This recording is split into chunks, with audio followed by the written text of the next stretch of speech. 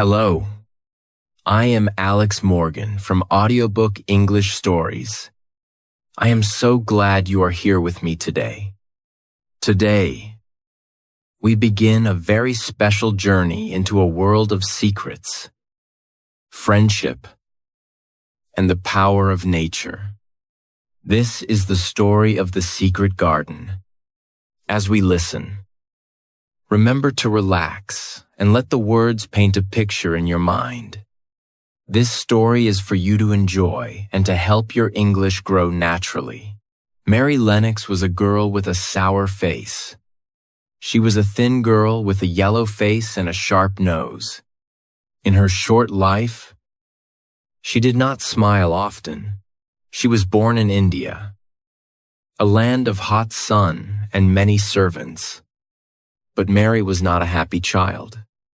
Her parents were always busy with parties and work. They did not have time to love her. Because of this, Mary became a difficult child. She was selfish. She was loud. And she was very, very lonely. One morning, the world changed. A great sickness came to India. Everyone in Mary's house was afraid. The servants ran away, and the house became very quiet. Too quiet.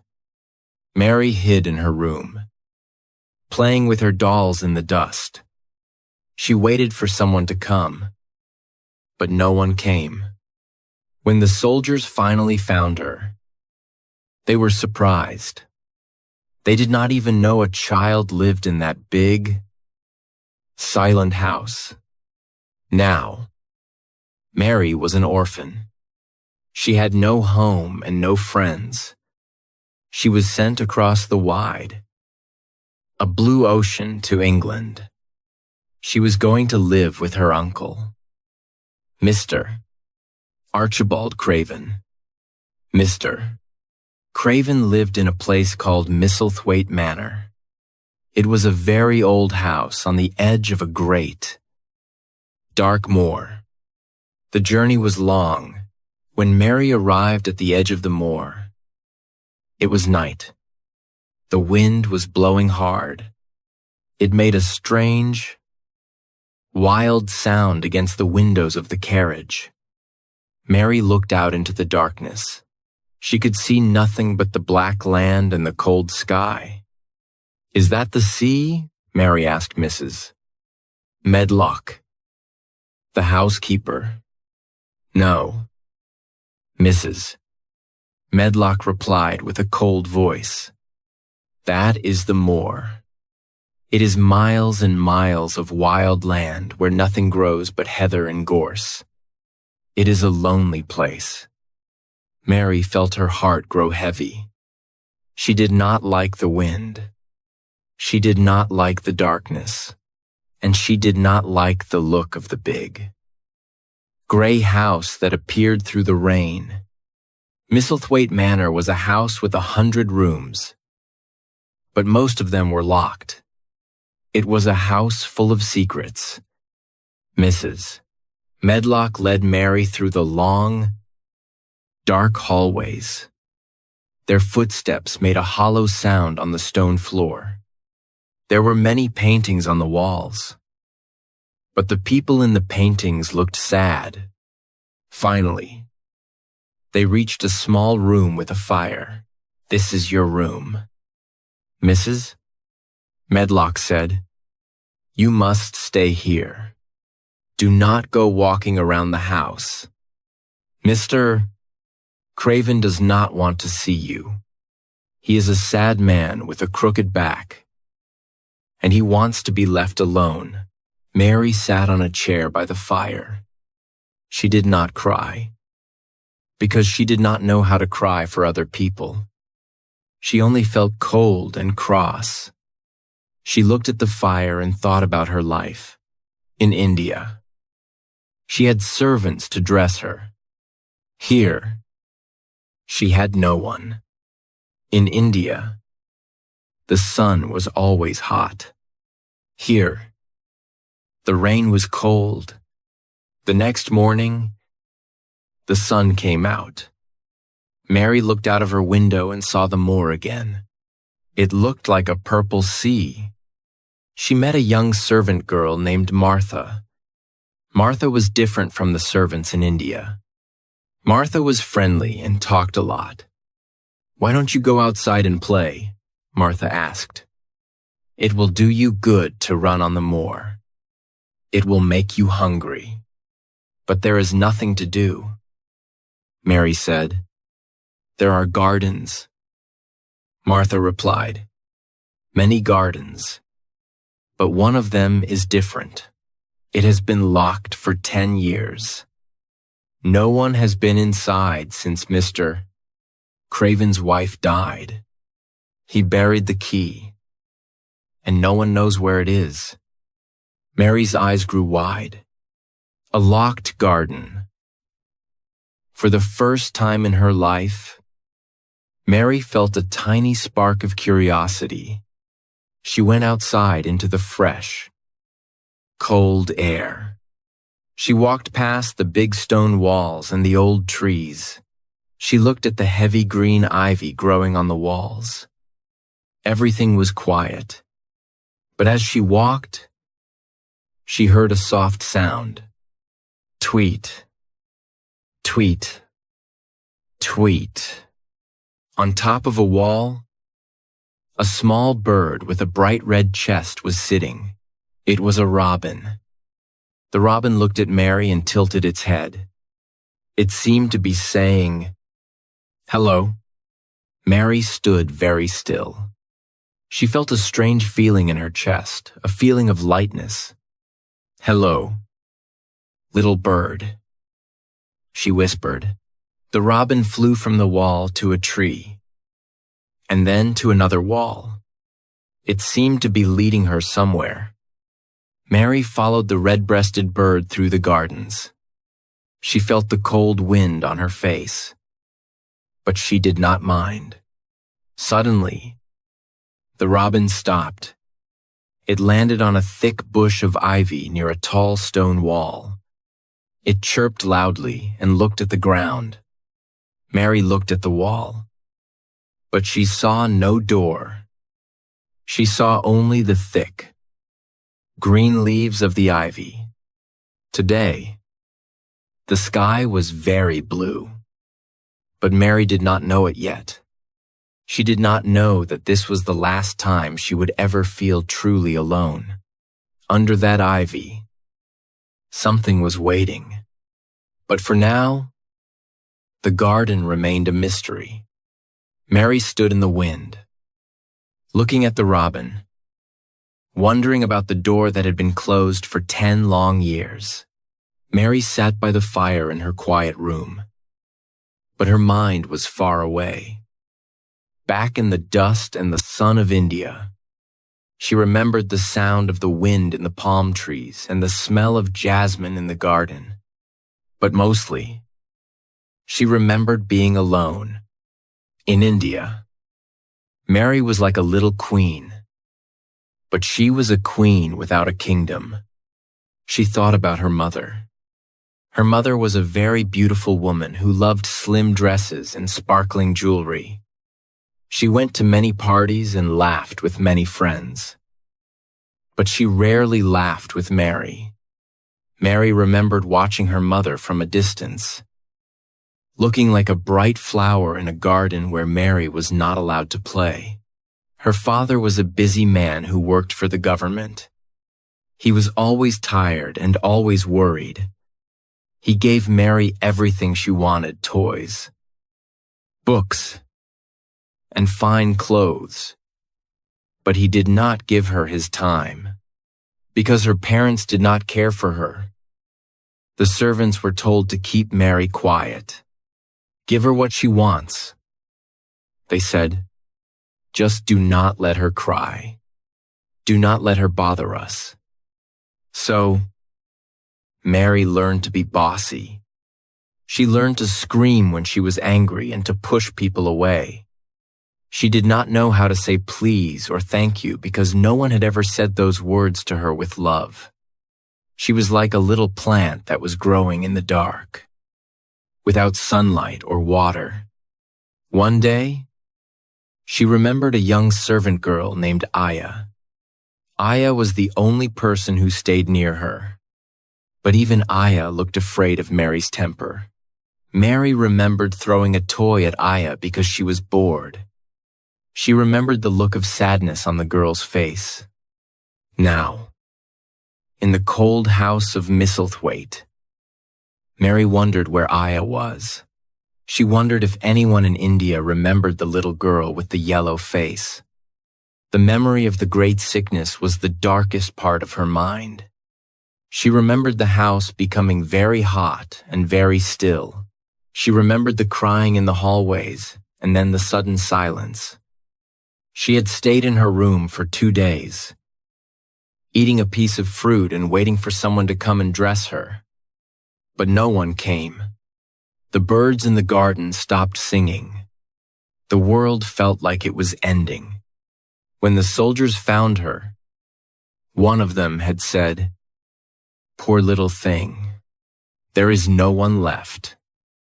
Mary didn't understand what poor meant back then. She had money and clothes. But now, sitting in this big English house, she understood. Being poor meant having no one to talk to. It meant having a heart that felt as cold as the stone floor. She looked at her hands. They were thin and pale. She thought about the lessons her parents never taught her. They never taught her how to be a friend. They never taught her how to care for something living. All she knew was how to be lonely.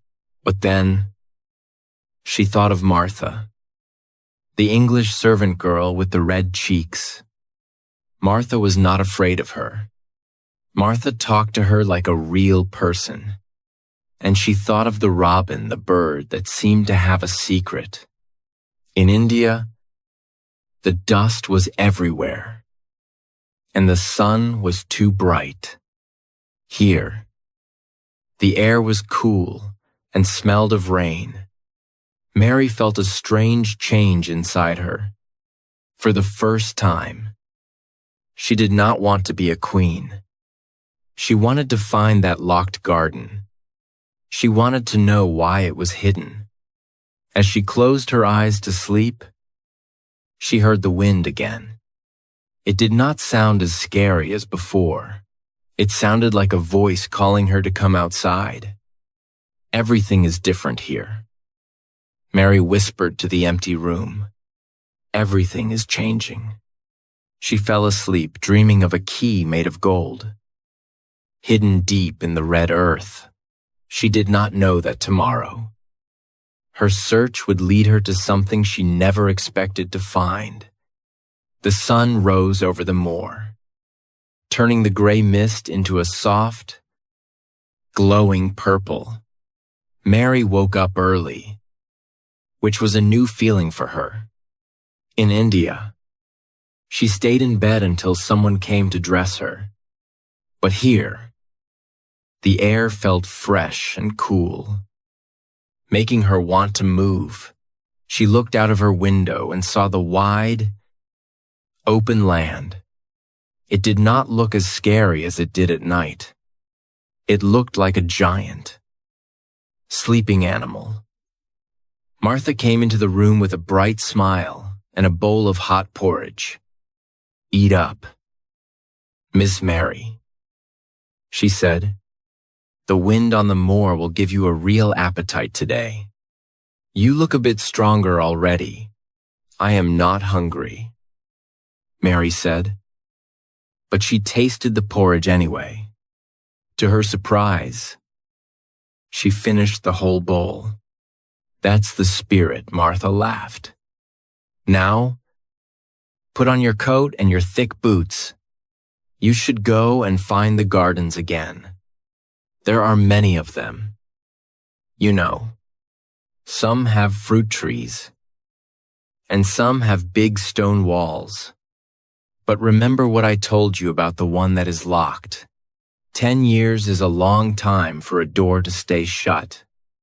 Mary went outside. The gardens were quiet, but they did not feel empty.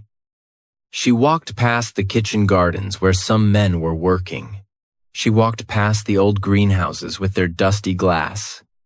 Finally, she found herself back at the high stone wall, covered in thick, dark green ivy. She looked for the robin. Tweet, and tweet, tweet. There he was. The little bird with the red chest was sitting on a branch of a tall tree. He looked down at Mary and chirped a happy song. Mary felt her heart jump. She had never had a friend before. And even though this friend was a bird, it made her feel less alone. "Do you know where it is?" Mary whispered. "Do you know where the door is hidden?" The robin hopped from the tree to the wall. He began to peck at the ground near a pile of brown earth.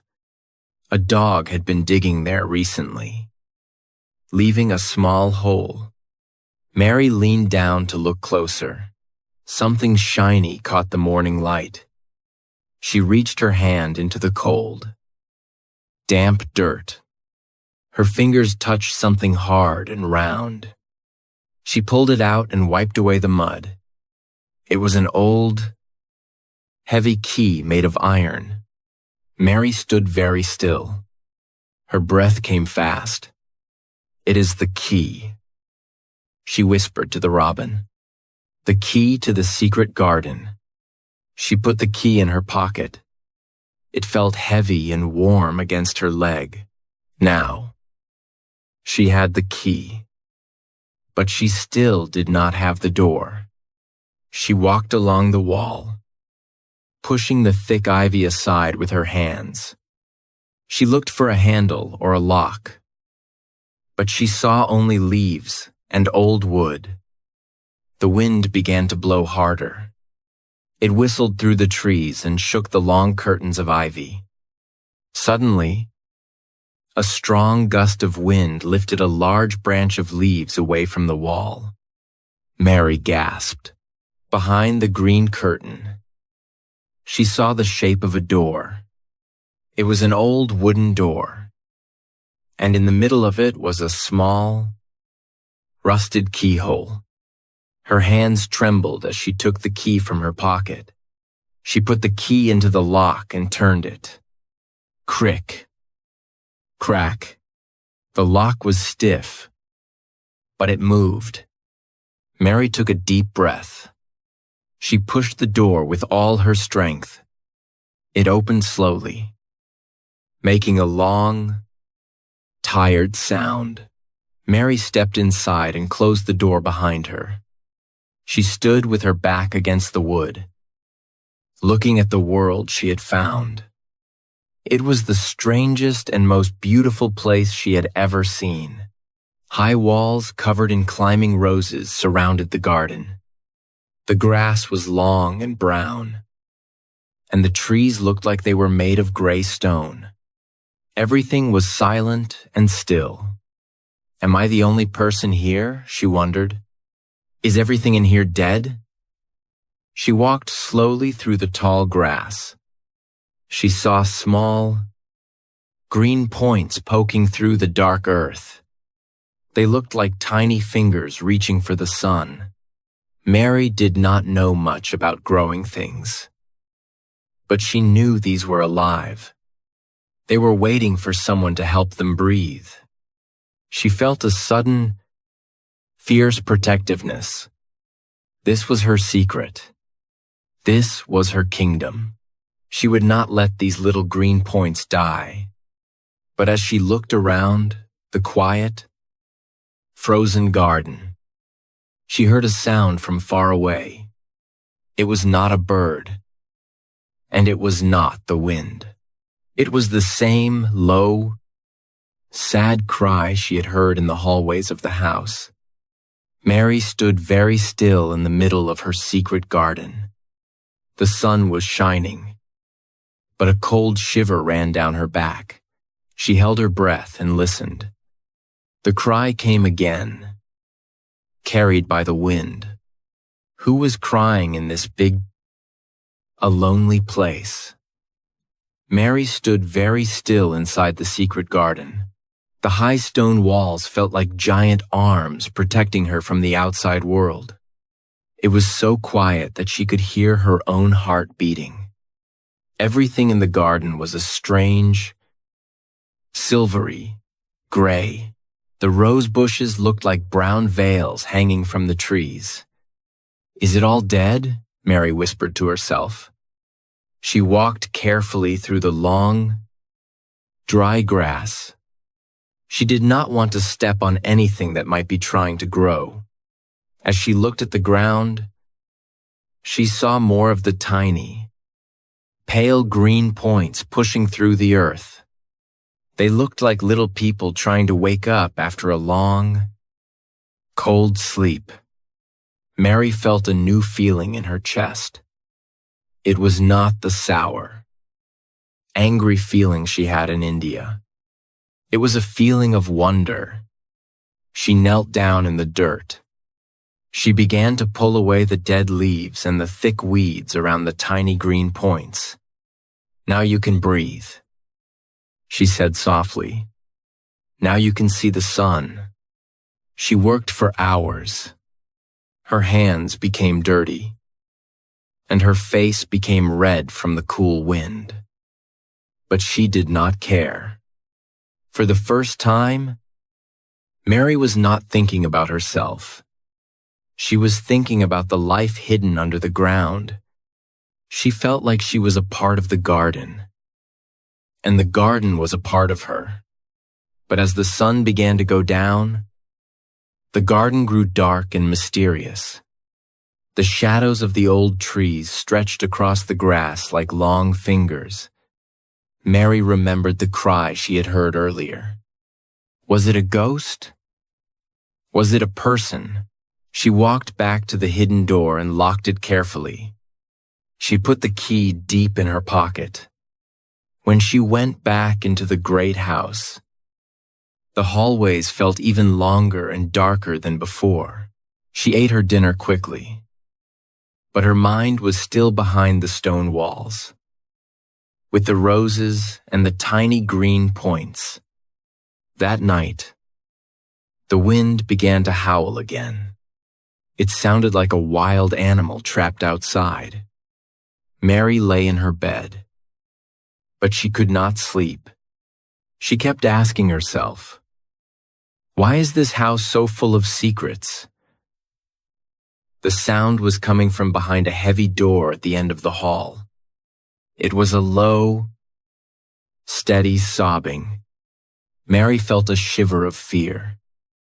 But she also felt a strong need to know the truth. She picked up her candle and opened her door very quietly. The hallway was cold, and the shadows danced on the walls. She walked toward the sound. Step by step, Mary reached the heavy door and put her hand on the handle. She knew she was not supposed to be here, but she also knew that her life in this house would never be the same again if she stayed in her room. She turned the handle and pushed the door open just a little bit. Behind the door, a small light was burning, and the crying stopped suddenly. Mary held her breath, not knowing what she would find in the room that no one was allowed to enter. The next morning, the rain was gone, and the sky was a soft, pale blue. Mary felt a skip in her step as she ran out into the fresh air. Her mind was full of the crying she had heard in the night. But the bright sun made those dark thoughts feel far away. She headed toward the gardens. But before she reached the ivy-covered wall, she saw something strange near a large tree. A boy was sitting under the tree. He looked about 12 years old, with a round, friendly face and bright blue eyes that seemed to see everything. But he was not alone. Around him sat 2 rabbits, a pheasant, and a small brown squirrel. They did not run away. They sat perfectly still, as if they were listening to him play a small wooden pipe. "Hello?" the boy said, stopping his music. His voice was as warm as the sun. "You must be Mistress Mary." "I'm Dickon." Martha's brother. Mary stared at him. She had never seen anyone like Dickon. In India, people were afraid of wild animals. But Dickon looked like he was part of the earth himself. He smelled of heather and fresh grass. "How do you make them stay?" Mary whispered. "Afraid to scare the rabbits." Dickon laughed softly. "They know I won't hurt them. Animals have many secrets. But they only tell them to people who are quiet and kind. Martha told me you were lonely. So I brought you some garden tools and some flower seeds." Mary's heart gave a little jump. Seeds. She thought of the tiny green points in her secret garden. Can you help me make things grow?" she asked. "Even if a place has been forgotten for a long time, Dickon said, standing up. "Nature never really forgets. It only sleeps. If there is a bit of life left in the wood, then the magic can happen. Show me where you want to plant them." Mary hesitated. The garden was her secret. But when she looked into Dickon's honest blue eyes, she knew she could trust him. He was not like the adults in the house. He was like the robin. She led him to the hidden door behind the ivy. She took the key from her pocket and turned the lock. As they stepped inside, Dickon gasped. He did not speak for a long time. He walked through the tall, gray grass, touching the old rose bushes with his gentle fingers. "It's a grand place," he whispered. "It's like a world that's been waiting for someone to wake it up. Look here, Mary." He pointed to a branch that looked dead and dry. He took out a small knife and cut a tiny piece of the bark. "It's green inside. This rose is still breathing. It just needs a friend." For the rest of the morning, they worked together. Dickon showed Mary how to dig the soil so the roots could find water. He showed her how to clip the dead wood away so the new leaves could grow. Mary watched him in wonder. When Dickon moved, he was as quiet as a fox. When he spoke, it was always with a smile. "I will come every day," Dickon promised. "We will make this the most beautiful place in all of England." Mary felt a warm glow inside her. She was no longer just a girl with a sour face. She was a gardener. She was a friend. But as she looked at Dickon, she thought of the other secret in the house. "Dickon," she asked softly, "do you believe in ghosts? Or are there people hidden in the big house?" Dickon looked at the high windows of the manor. His smile faded just a little. "There are many things hidden in the dark, Mary, but the sun is the best medicine for any secret." Mary watched Dickon walk away with his animals following behind him. She felt happy, but she also felt a new determination.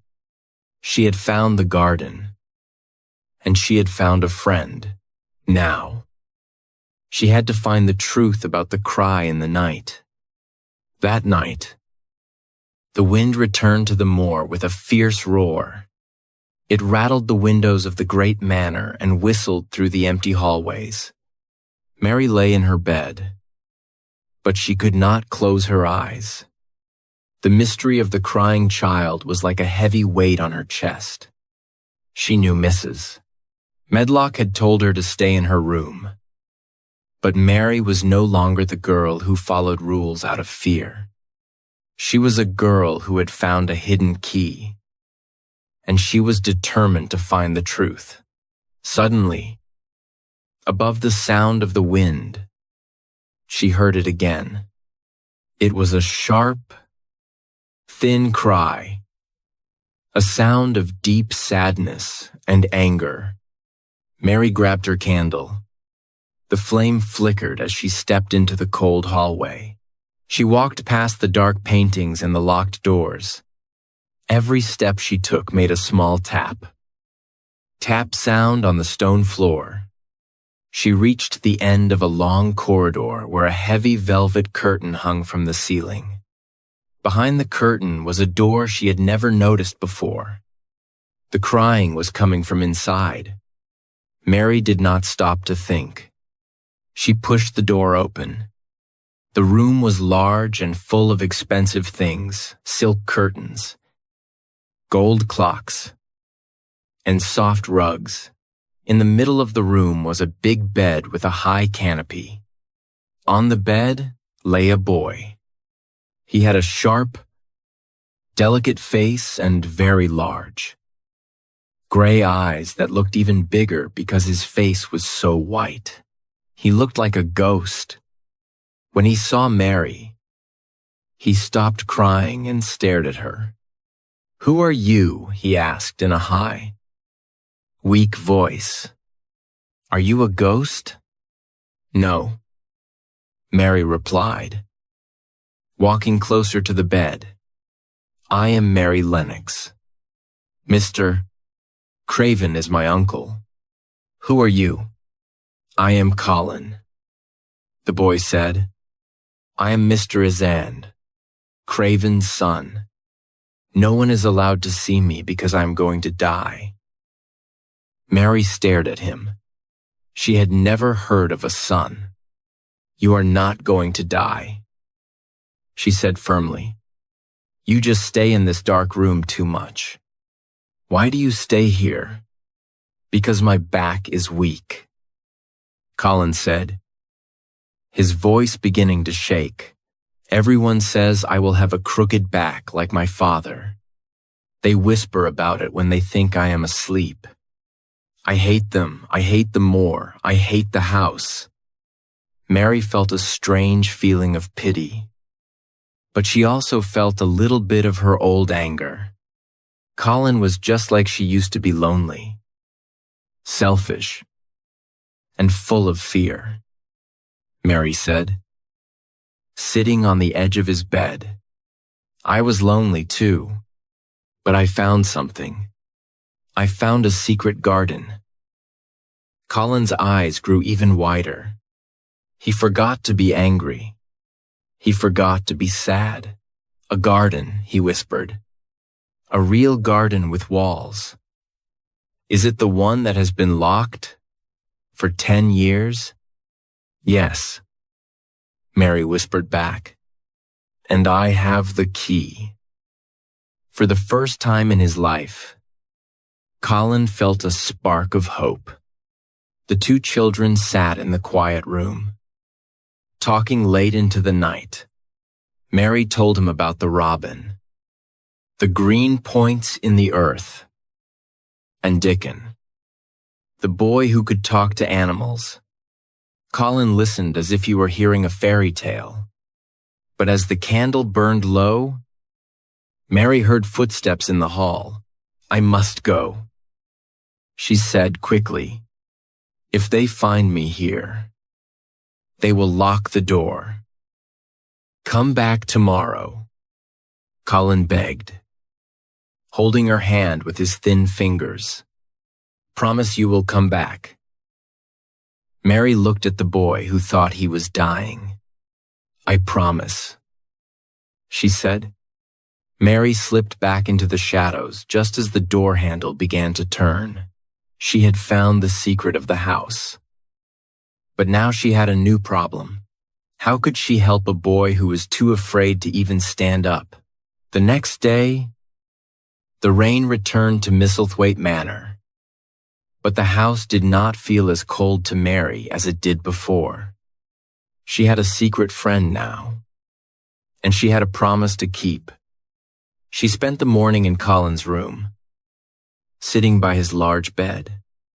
The curtains were drawn tight to keep out the light, but the room was filled with the sound of their voices. Colin was a very strange boy. He was used to getting everything he wanted because everyone was afraid of his temper. "If I scream," Colin said with a pale smile, "the nurses cry. If I am angry, the doctors look at the floor.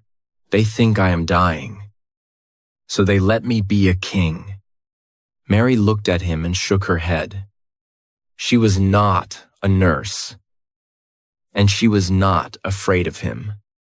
"You are not a king," she said plainly. "You are just a boy who stays in bed too much. In India, I was just like you. I was sour and selfish because I was lonely. But the more air is making me strong.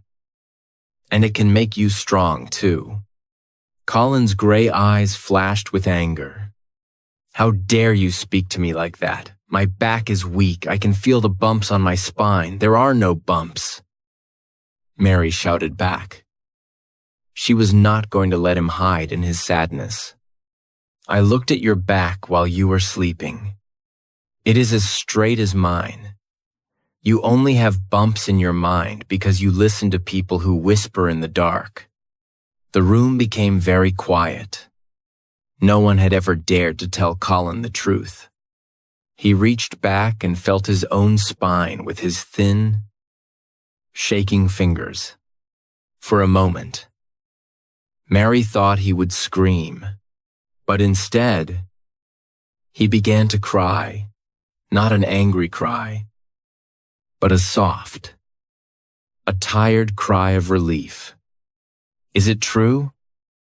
"Mary," he whispered, "am I really not going to be a hunchback?" "It is true," Mary said, her voice softening, "but you must see the garden. You must see the robin and Dickon. Dickon says that if you watch things grow, you grow with them. There is magic in the earth." "Colin, but you cannot find it in this dark room with the curtains closed." Colin looked at the heavy velvet curtains. He was afraid of the world outside. He was afraid of the wind and the sun, but he was also tired of being a ghost in a big house. "Tell me about the garden again," he begged. "Tell me about the roses." Mary told him everything. She described the way the ivy hung like green hair over the stone walls. She told him about the tiny green points of the crocuses and the way the air smelled after a spring rain. She told him about Dickon's wooden pipe and how the wild animals followed him like he was a king of the forest. As Mary talked, Colin's face began to change.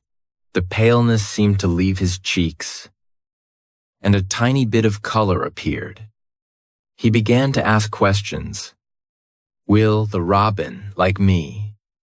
Can I touch the soil with my own hands? He will like you if you are quiet," Mary said, "and the soil is waiting for you. But you must be brave. You must let the servants put you in your wheelchair and take you outside." Colin looked at the door. He had not been outside for years. The thought of the open moor made him feel small and weak. But then he looked at Mary. She looked so healthy and her eyes were so bright. He wanted to be like her. "I will try," Colin said. "I will try to be brave for the garden." But as the night came, Colin's fear returned.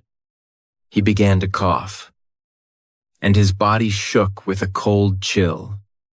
The doctor came and shook his head, whispering to the nurse that the boy was getting worse. Mary stayed behind the curtain, listening to their whispers. She knew the doctor was wrong. Colin wasn't dying. He was just beginning to wake up.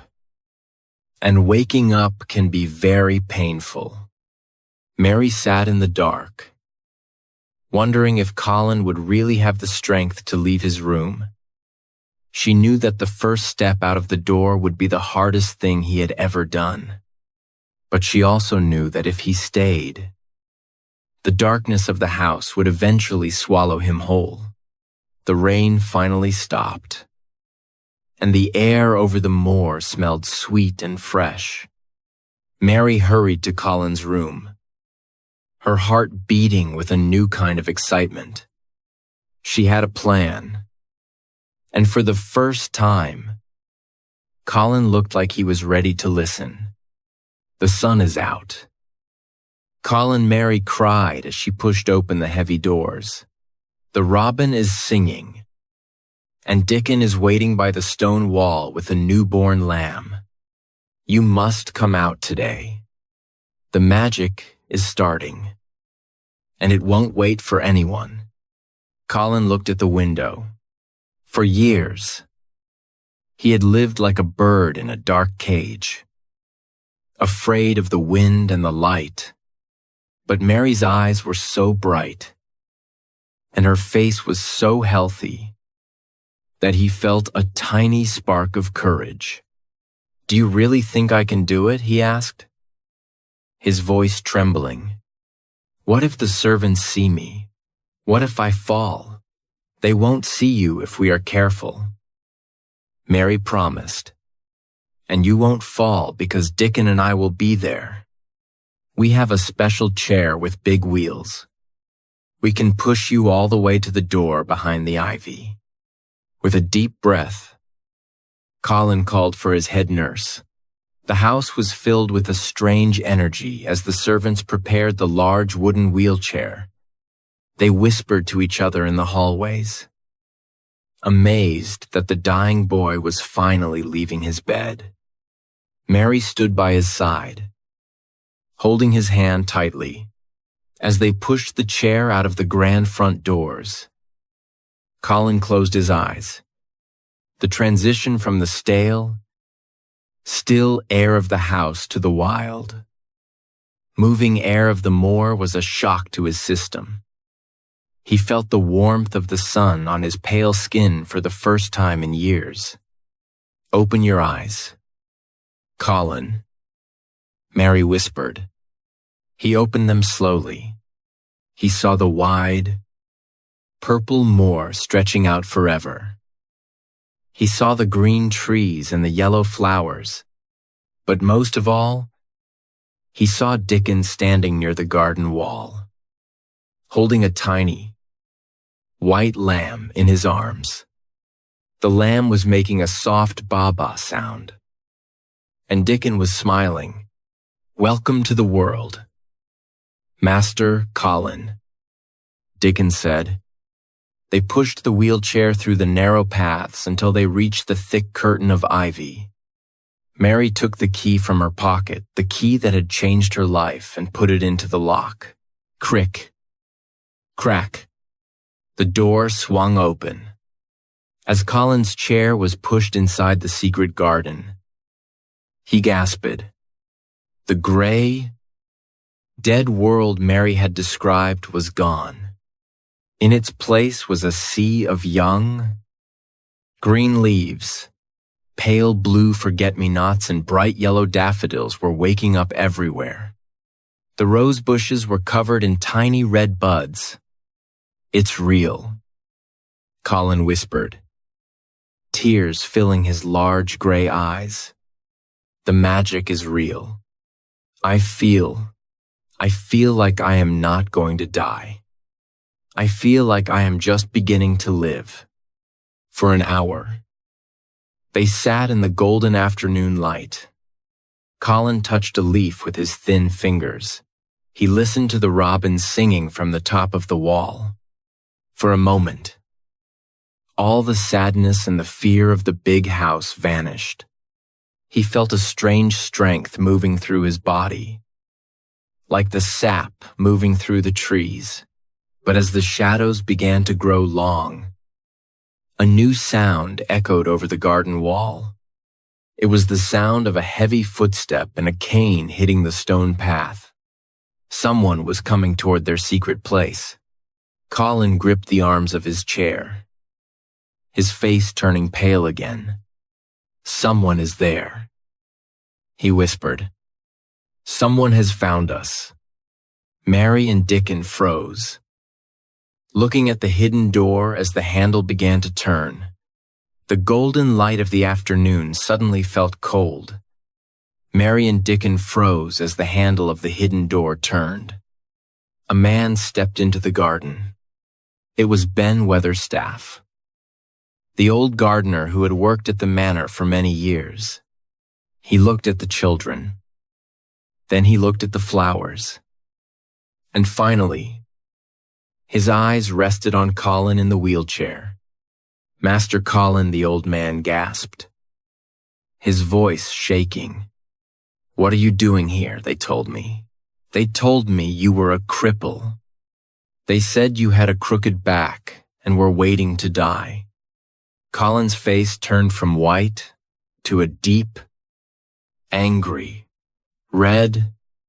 The word cripple hit him like a physical blow. For years, he had believed those whispers. He had hidden in the dark because he was ashamed. But here, in the magic of the garden, that shame turned into a fierce, burning fire of determination. "I am not a cripple," Colin shouted. His voice echoed against the stone walls, stronger than it had ever been. "Look at me, I am as straight as any boy." In his anger, Colin forgot his fear. He forgot his weak legs and his long years in bed. He grabbed the arms of his wheelchair and, with a great effort, he pushed himself up. Mary held her breath. Dickon reached out a hand, but he did not touch the boy. This was a battle Colin had to fight alone. Colin's legs trembled. His breath came in short, painful gasps. For a second, it looked like he would fall back into the chair, defeated by his own body. The silence in the garden was heavy. Even the robins stopped singing to watch. "I will stand," Colin whispered through gritted teeth. He pulled himself higher. His thin legs shook violently, but they held his weight. For the first time in his life, Colin Craven stood tall on the earth.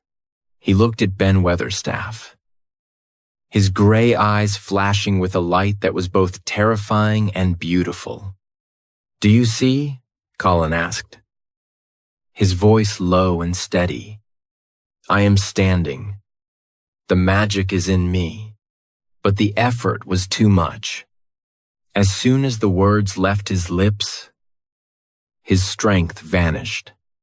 His knees buckled, and he sank back into the silk cushions of his chair. He was exhausted, but he was not sad. A strange smile played on his lips. He had faced his greatest fear, and he had won.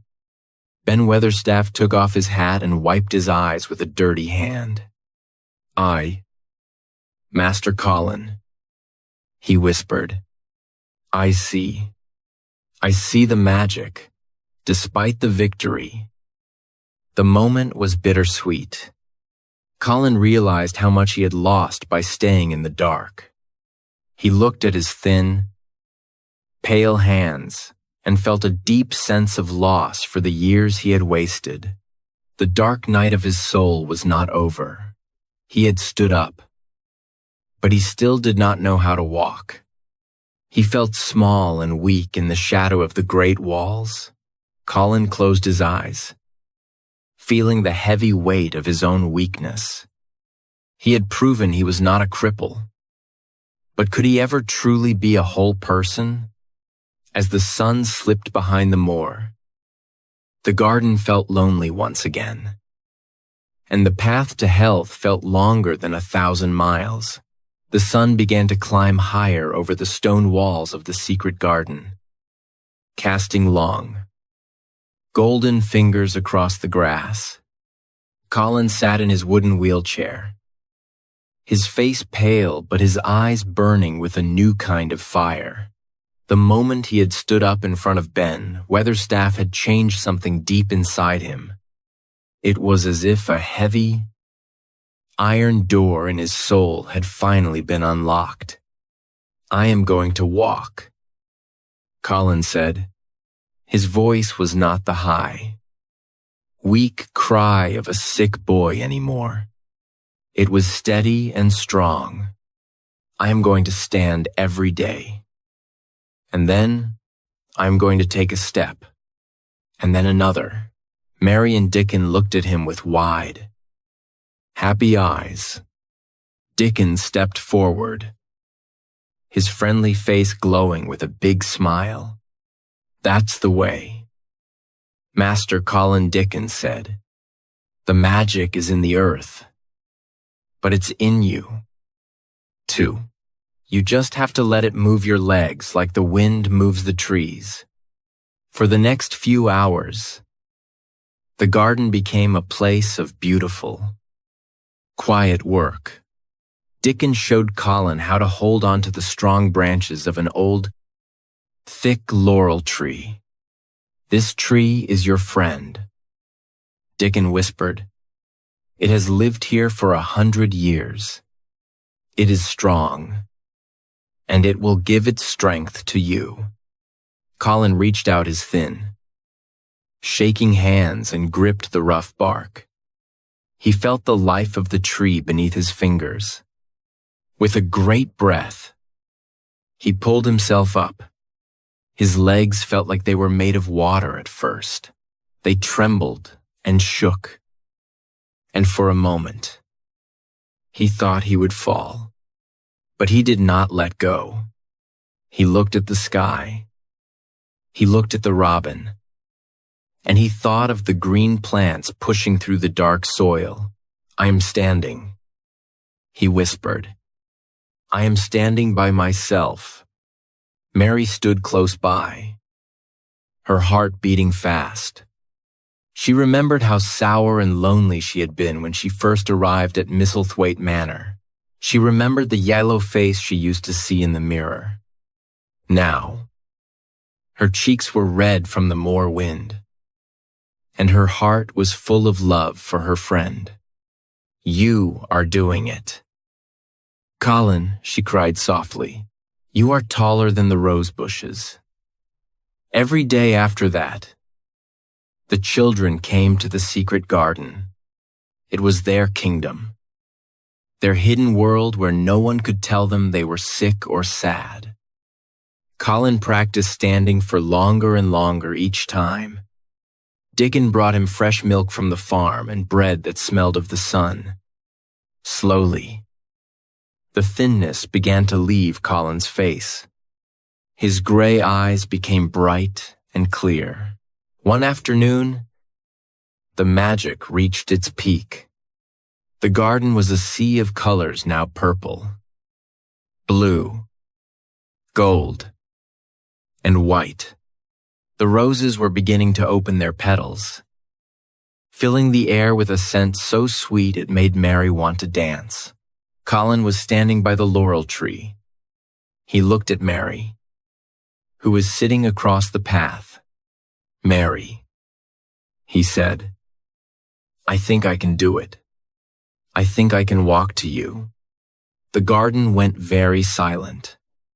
Dickon stopped his work. Even the squirrels in the trees seemed to stop and listen. Colin took his hands away from the tree. For a second, he swayed in the wind like a young flower. Then, he lifted his right foot. He put it down on the soft grass. Then, he lifted his left foot. 1 step, 2 steps, 3 steps. He was walking. He was not a ghost in a dark room anymore. He was a boy walking in the sunlight. When he reached Mary, he did not fall. He stood straight and tall, laughing with a sound that was like music. "I am well," Colin shouted to the sky. "I am going to live forever and ever." They spent the rest of the day celebrating. Dickon played a happy tune on his wooden pipe, and the robins sang along from the top of the wall. Colin walked all the way around the garden, touching every tree and every flower. He felt like he was seeing the world for the very first time. But as the sun began to set, turning the moor into a land of gold and shadow, Colin looked at the high, dark windows of the manor. He thought of his father, Mr. Archibald Craven, who was far away and full of sorrow. "He doesn't know," Colin said softly. "He thinks I am a broken thing. He thinks the garden is dead." Mary took his hand. "We will show him. Colin, when the time is right, we will show him the magic." Colin nodded, but his face became serious. He knew that the greatest challenge was still coming. He had conquered his own fear. But could he conquer the deep sadness of his father? Could the secret garden heal a man who had been broken for 10 long years? Colin stood in the fading light, looking at the hidden door. He was strong now, but he knew that a great confrontation was waiting for him. He was no longer afraid of the dark, but he wondered if he had enough magic to bring his father back into the light. The sun was high, and the secret garden was no longer a place of gray shadows and brown stems. It was a world of exploding color, deep reds, bright yellows, and the softest pinks of the waking roses. This was the moment everything had been building toward. Colin stood in the center of the grass, not touching a tree or a chair. He stood by his own strength. His face, once as pale as a ghost, was now tanned by the moor wind and glowing with health. Mary and Dickon watched him, their hearts full of a quiet, holy wonder. "I am going to run," Colin whispered. It was a challenge to himself, a final move against the years of darkness. He took a step, then another. His movements were not perfectly smooth, but they were filled with a fierce, beautiful energy. He began to move faster, across the soft green grass, under the arching branches of the roses. The boy who could not stand began to run. "Look at me," he shouted, his voice ringing against the high stone walls. "The magic is making me new." But just as his joy reached its highest point, the hidden door behind the ivy swung open. Mary gasped, and Dickon stepped back.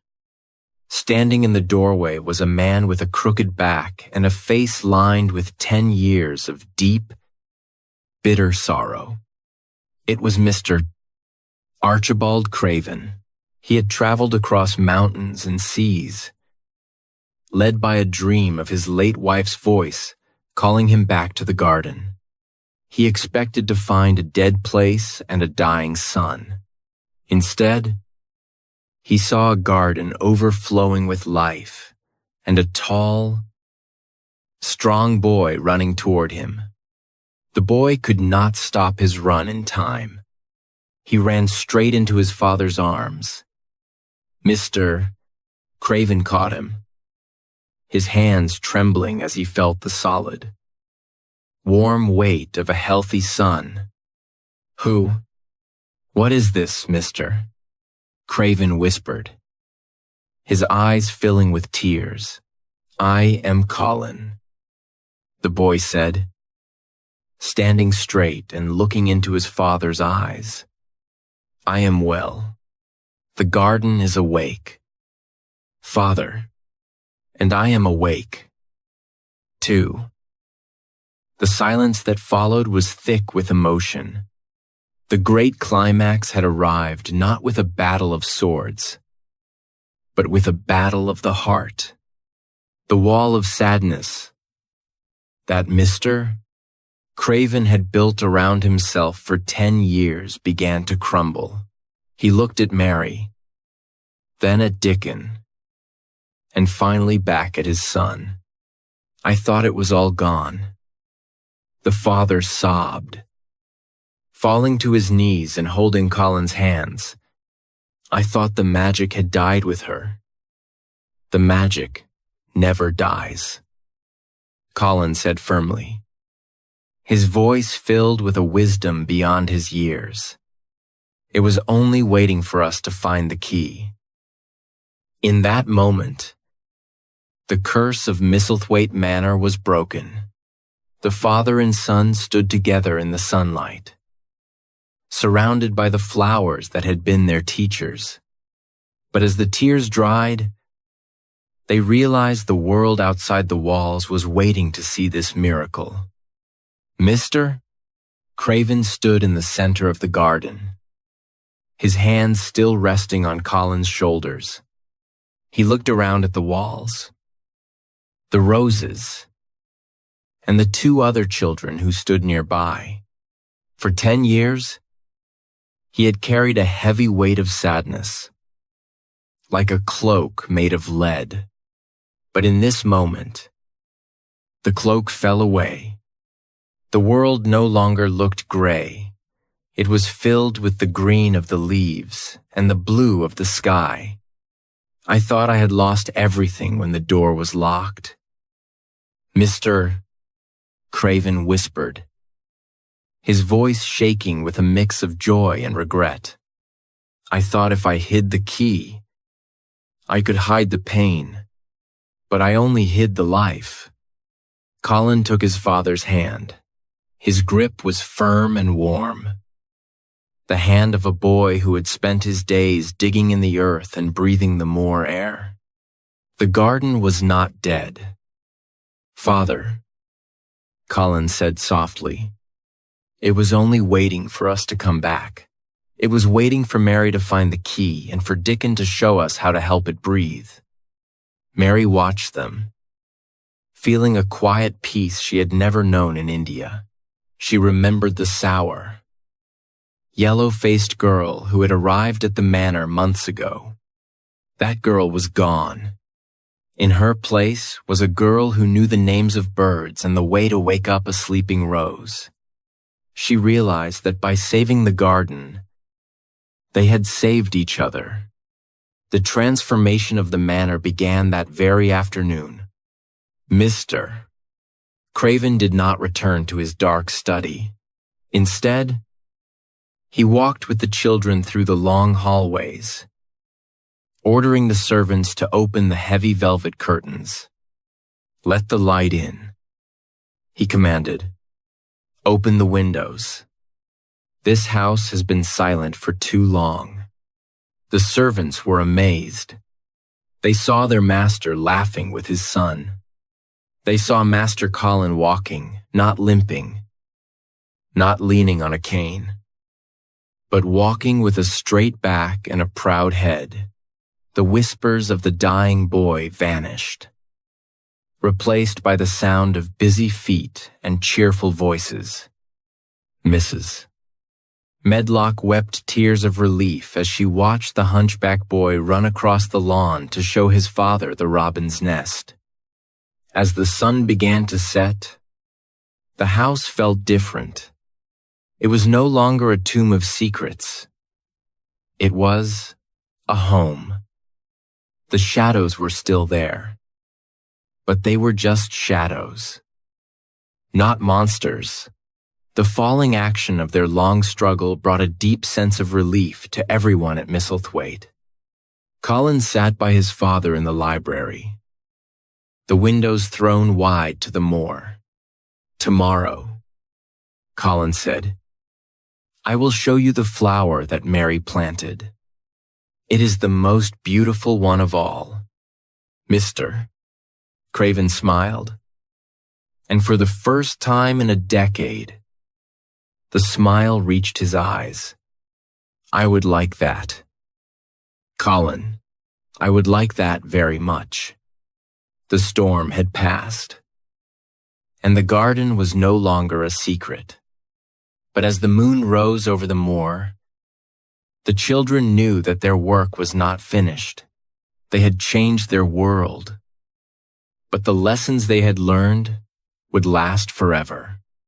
The sun began to set over the wide, purple moor, casting long, golden shadows across the stone walls of the secret garden.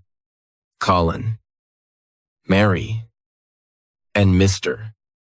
Craven stood together, looking at the roses that were now in full bloom.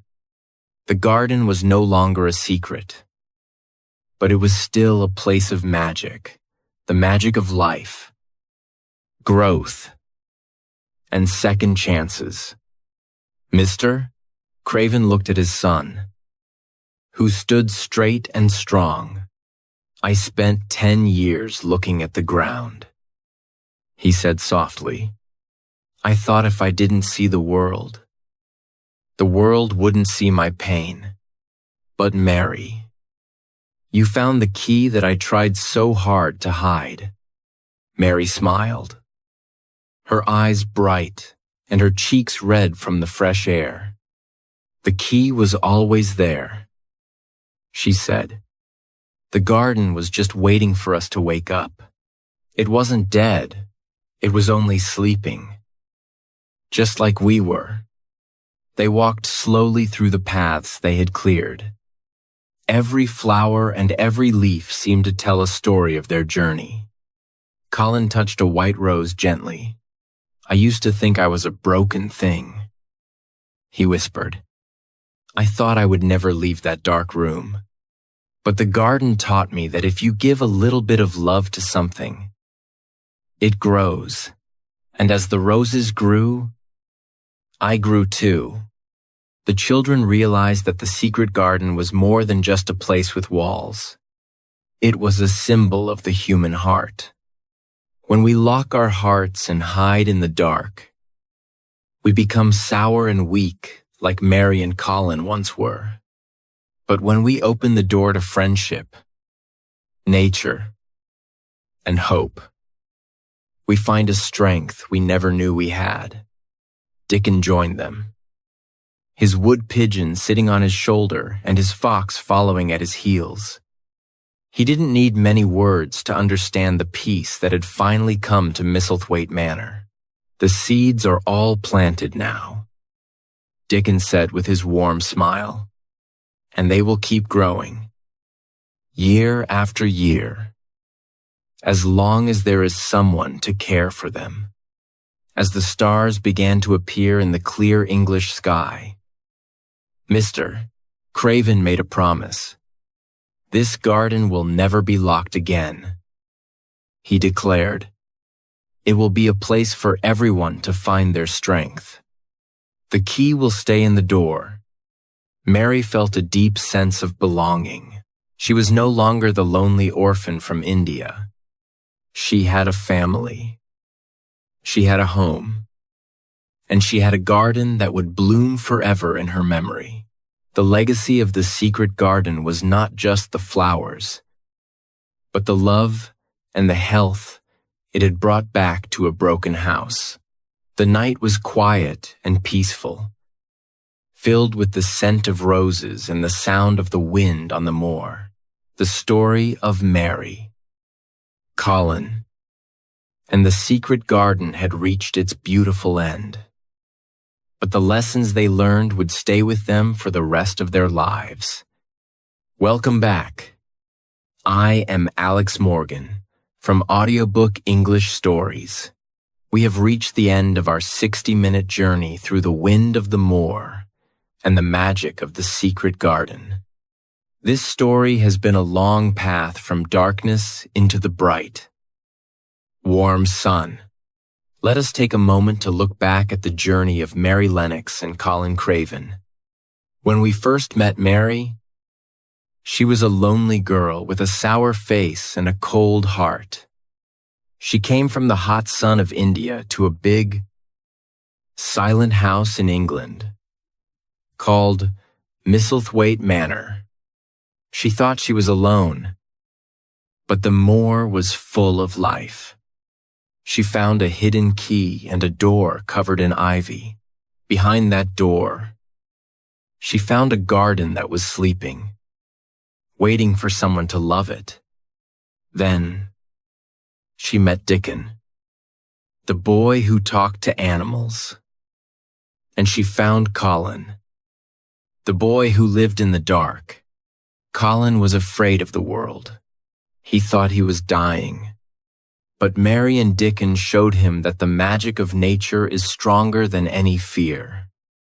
Together, they worked in the garden. They pulled the weeds. They planted the seeds. And they watched the roses grow. And as the garden became beautiful, the children became healthy and happy. Finally, we saw the greatest miracle of all. Mr. Archibald Craven, a man broken by sadness for 10 long years, came home. He found his son standing tall and running in the sunlight. The secret garden was no longer a secret. It was a home for a family that had been reborn. What is the lesson of this story? It teaches us that nature and friendship are the best medicines. When we hide our hearts in the dark, we become weak. But when we open the door to others and to the beauty of the world, we find our strength. Like a sleeping garden in the winter, there is always life inside you. Even when things feel cold and gray, you only need to find the key and have the courage to open the door. Thank you for listening to this special audiobook. I hope you enjoyed practicing your English with me today. If you loved the story of Mary and Colin, please like this video and subscribe to Audiobook English Stories. Leave a comment below and tell me, what is your favorite flower? And what makes you feel happy? Keep practicing. Keep listening.